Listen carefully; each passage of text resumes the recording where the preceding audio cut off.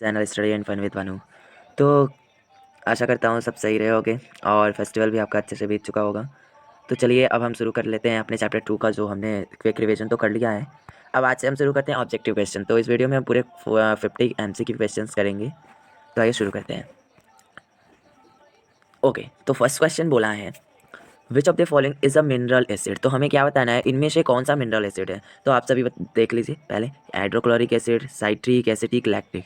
तो इसमें का जो राइट आंसर हो जाएगा वो क्या हो जाएगा, हमारा हाइड्रोक्लोरिक एसिड हो जाएगा। ठीक है, नेक्स्ट क्वेश्चन की बात करें तो which of the following statement is incorrect about acid. तो कौन सा इसमें से जो स्टेटमेंट दिया हुआ है वो इनकरेक्ट है। इनकरेक्ट का मतलब गलत है इनमें से। तो देख लेते हैं, पहला बोला है क्या इलेक्ट्रिसिटी कंडक्ट करता है, तो हाँ ये तो करता है।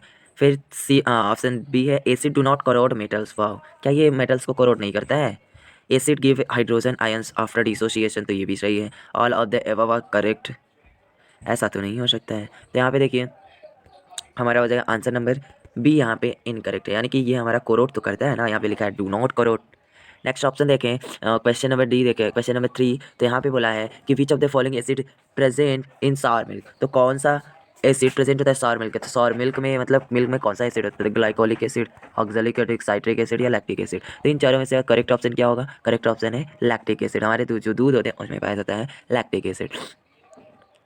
हाँ, नेक्स्ट क्वेश्चन को देखें तो इसमें बोला है क्या कि which of the following acid is acidic in nature. तो कौन सा इनमें से एसिडिक होता है नेचर में। तो यहाँ पे बोला लाइम जूस, बी ऑप्शन है ह्यूमन ब्लड, सी ऑप्शन बोला है लाइम वाटर, और डी ऑप्शन है एंटासिड। तो एंटासिड तो एसिड बेस होता है जो कि एसिड को वो करता है, हटाता है। लाइम वाटर और ह्यूमन ब्लड नहीं होते हैं। यहाँ पे ऑप्शन नंबर ए हो जाएगा जो लाइम जूस जो होता है ये खट्टा होता है और ये एसिडिक होता है नेचर में।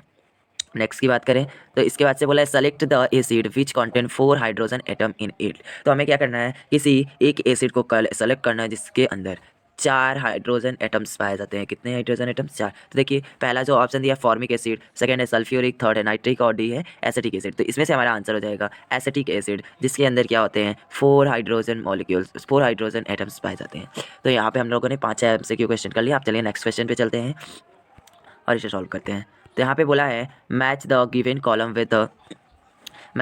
Column first to correct source of the given, second selected by the option correct answer given below. तो चलिए इसे हमें क्या करना है, मैच करना है। तो हम लोग इसे मैच कर लेते हैं। 1 मिनट, ठीक है। चलिए, तो ऑप्शन नंबर फर्स्ट बोला है लैक्टिक एसिड। तो अभी हम लोगों ने पढ़ा है लैक्टिक एसिड किस में पाया जाता है, तो मैच कर लेते हैं हम लोग।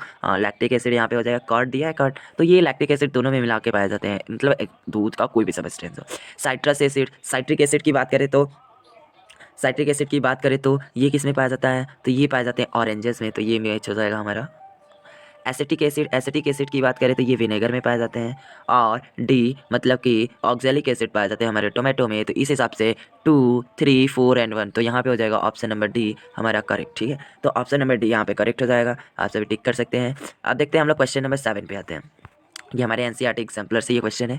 देखिए यहाँ पे सब कुछ बताया गया हुआ है। तो अब हम लोग देखते हैं which of the following statement is correct is not correct, यानी कि हमें से इनमें से कोई एक ऑप्शन जो है वो क्या है, इनकरेक्ट है, उसे हमें छांटना है। तो ये छाटते हैं, देखते हैं। पहला ऑप्शन बोला है all metal carbonate reacts with acid to give a salt water and carbon dioxide. तो हर एक मेटल जो होते हैं कार्बोनेट के साथ रिएक्ट करते हैं, तो सही है, और वो हमें साल्ट वाटर और कार्बन डाइऑक्साइड देते हैं। ठीक है, ये तो। उसके बाद से अगर बात करें सेकंड ऑप्शन की, तो सेकंड ऑप्शन में बोला है कि all metal oxide react with water to give salt. वाह, वाटर के साथ रिएक्ट करेंगे तो सॉल्ट देंगे।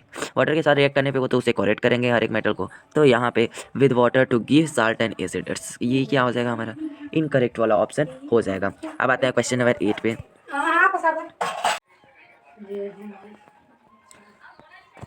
सेकेंड ऑप्शन बोला है कि CO2 फर्स्ट ट्यूब में निकलेगा और सेकेंड ट्यूब में निकलेगा H2 है। तो हमारा उसके बाद से थर्ड ऑप्शन देखते हैं। तो O2 in first tube and Cl2 in second tube. कहाँ से आ जाएगा भाई Cl2 इन फर्स्ट ट्यूब, तो इसमें से कोई ऑप्शन सही नहीं है। यहाँ से हमारा ऑप्शन नंबर बी सही हो जाएगा, जिसमें CO2 फर्स्ट वाले में निकलेगा, कैल्शियम कार्बोनेट है, और यहाँ पे H2 गैस निकलेगा इसमें जिंक ग्रेन्यूल्स वाले में। ठीक है, नेक्स्ट बात करते हैं क्वेश्चन नंबर 9 बिना ज़्यादा टाइम दिए हुए। तो देखिए व्हेन डाइल्यूट सल्फ्यूरिक एसिड, यानी कि डाइल्यूटेड सल्फ्यूरिक एसिड को हम रिएक्ट कराएंगे आयरन सल्फाइड से, कौन सा गैस उसमें से निकलेगा। तो हमें पता है जब किसी एक एसिड को जब हम रिएक्ट कराते हैं किसी एक मेटल से तो हमें कौन सा गैस इवॉल्व होता है, तो हमें बहुत पहले से ही बताया, तो यहाँ से हमारा हो जाएगा ऑप्शन नंबर ए करेक्ट हो जाएगा। ऑप्शन नंबर ए को हम लोग क्या कर देंगे, टिक कर देंगे। चलिए क्वेश्चन नंबर 10 पे आते हैं।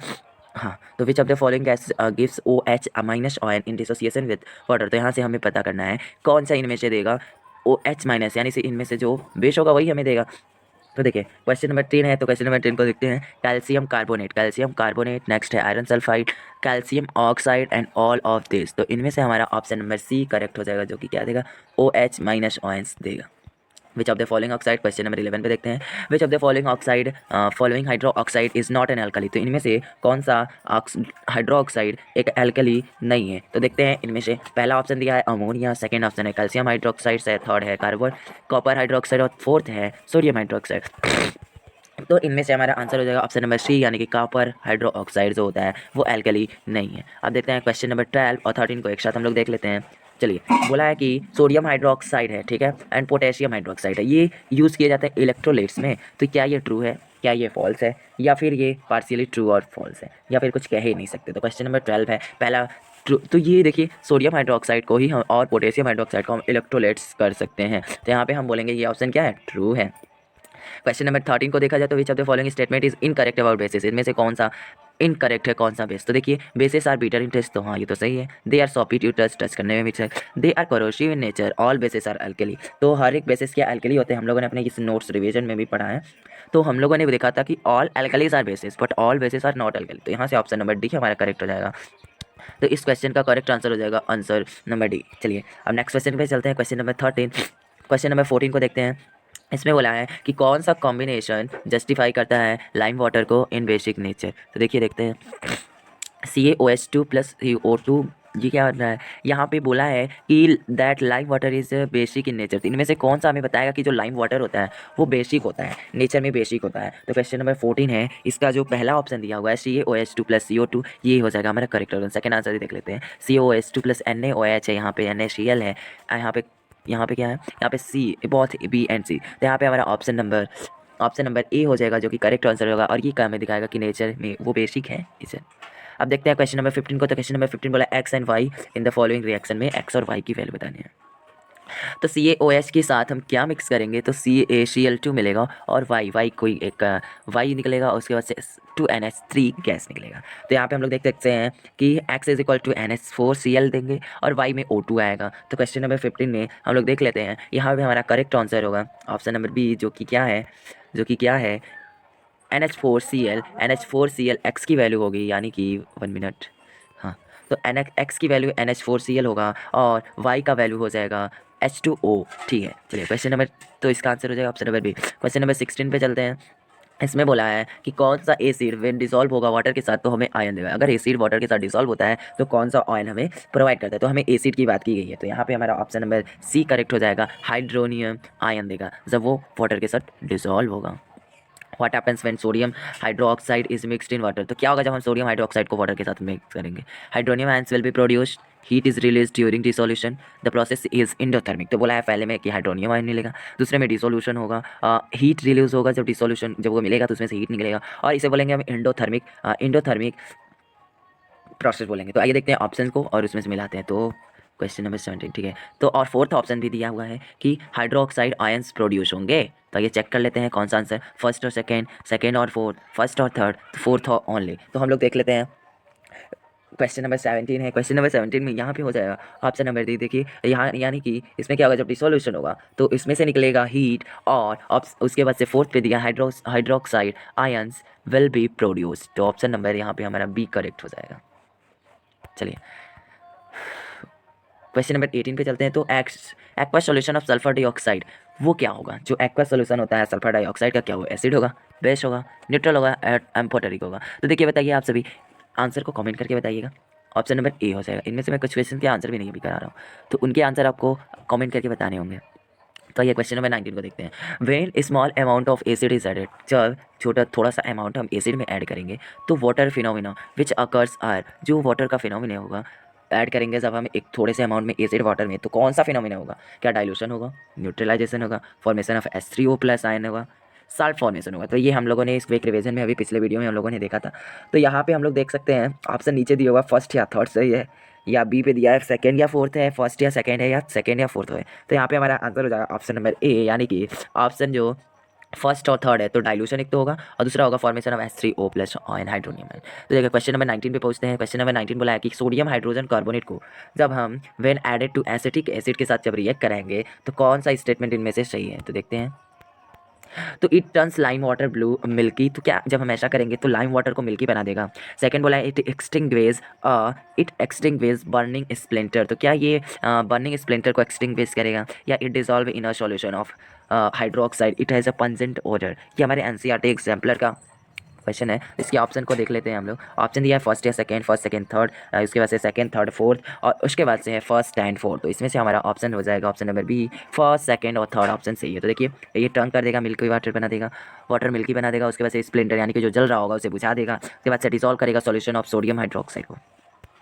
क्वेश्चन नंबर 21 पे आते हैं और 22 को भी देखते हैं। When metal carbonate react with acid like HCl aqueous solution when gas which gas is evolve. तो ये हमारा क्वेश्चन जो है ये 21 क्वेश्चन नंबर जो है इसमें से देखिए यहाँ पे बोला है कार्बोनेट के साथ जब हम मेटल को रिएक्ट करेंगे तो कार्बोनेट सब भी होगा, तो इसका ऑप्शन नंबर बी हो जाएगा, CO2 हो जाएगा। ठीक है, नेक्स्ट क्वेश्चन की बात करें। नेक्स्ट क्वेश्चन में बोला है मिक्सिंग ऑफ एन एसिड, जब एक एसिड को हम क्या करते हैं मिक्स करते हैं बेस के साथ with water result in the concentration of ions per unit volume. तो क्या होता है, ये भी हमारे एनसीईआरटी, तो क्या ये डिक्रीज होता है, इंक्रीज होता है, नो चेंज, या फिर रिवर्स होता है। तो देख लेते हैं। क्वेश्चन नंबर 22 था, तो इसका ऑप्शन हो जाएगा हमारा डी, ऑप्शन नंबर ए, जो कि क्या है ये कर देगा डिक्रीज, किस चीज़ को डिक्रीज कर देगा, तो जो कॉन्सेंट्रेशन होगा आयंस का पर वॉल्यूम पे।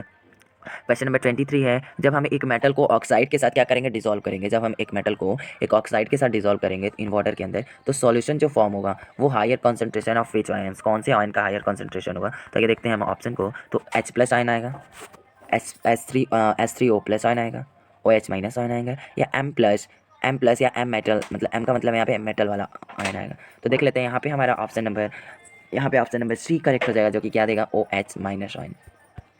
क्वेश्चन नंबर 14 पे आते हैं, 24 पे आते हैं और 25 पे आते हैं। देखिए इसमें बोला है कि कौन सा इसमें से anti bases indicator by usually impaired students के साथ द्वारा यूज किया है। लेटमस का, टर्मरिक का, वेनिला एसेंस का, या पेचूनिया लिप्स का। तो देख लेते हैं इनमें से क्या आंसर हो जाएगा। क्वेश्चन नंबर 24 है, 24 का हमारा ऑप्शन नंबर सी सही हो जाएगा, जो कि क्या है वेनिला एसेंस का यूज़ करके वो क्यों वेनिला एसेंस का करेगा, तो वो विजुअली इम्पेयर्ड है यानी कि उसे दिखाई नहीं दे रहा है, तो उसे दिखाई नहीं दे रहा है पर वो सूंघ तो सकता है, स्मेल कर सकता है, यहाँ से हम लोग इसका यूज़ करके कर सकता है वो। क्वेश्चन नंबर 25 था, 25 में बोला है कि करेक्ट स्टेटमेंट कौन सा रिगार्डिंग यूनिवर्सल इंडिकेटर। तो it is an indicator having pH 7 pH 7 बन जाएगा, कलरलेस वो भी हो जाएगा, या फिर ये देगा कलरलेस एट pH 3। तो इसका ऑप्शन नंबर डी करेक्ट हो जाएगा, जो गिव्स करेगा मतलब देगा रेड कलर और pH हो जाएगा 3। ठीक है, तो अब क्वेश्चन नंबर 26 को देखते हैं, जल्दी जल्दी हम लोग करते हैं। एक ब्लू लिटमस पेपर जो होगा वो फर्स्ट डिप्ट होगा HCl के अंदर, देन उसे डाइल्यूट NaOH के अंदर डाला जा रहा है, तो कलर क्या होगा लिटमस पेपर का। तो यहाँ पे बोला है फर्स्ट ऑप्शन दिया first red and then blue हो जाएगा, फिर बोला एक ब्लू होगा उसके बाद से कलरलेस हो जाएगा, या फिर पहले ब्लू होगा फिर बहुत टाइम्स में ही ब्लू होगा, चेंज टू रेड। तो यहाँ पे हमारा ऑप्शन नंबर ए करेक्ट रहेगा, पहले वो रेड बनेगा, रेड के बाद वो ब्लू हो जाएगा। फिर क्वेश्चन नंबर 27 पे चलते हैं। क्वेश्चन नंबर 27 और 28 को देखते हैं। तो क्वेश्चन नंबर 27 वाला टर्मरिक सॉल्यूशन जो होता है वो टर्न करेगा रेड एक्वस सॉल्यूशन को, सॉरी हाँ, तो बोला है कि जो रेड सॉल्यूशन होगा टर्मरिक सॉल्यूशन होगा वो रेड को एक्वस सॉल्यूशन में कैसे चेंज करेगा। तो देखिए CH3 COOH COOK CuSO4 यानी कि Na2SO4 FeCl3। तो इसमें से ऑप्शन नंबर हमारा ऑप्शन नंबर ए सही हो जाएगा, जो कि क्या कर देगा टर्मरिक को रेड में टर्न कर देगा। तो ऑप्शन नंबर ए करेक्ट हो जाएगा। क्वेश्चन नंबर हम 27 28 की बात करें तो इसमें बोला है कि कौन सा इनमें से नेचुरल इंडिकेटर है, red cabbage juice, turmeric juice, flowers of hydrangea plant, none of the above. तो इनमें से हमें लगता है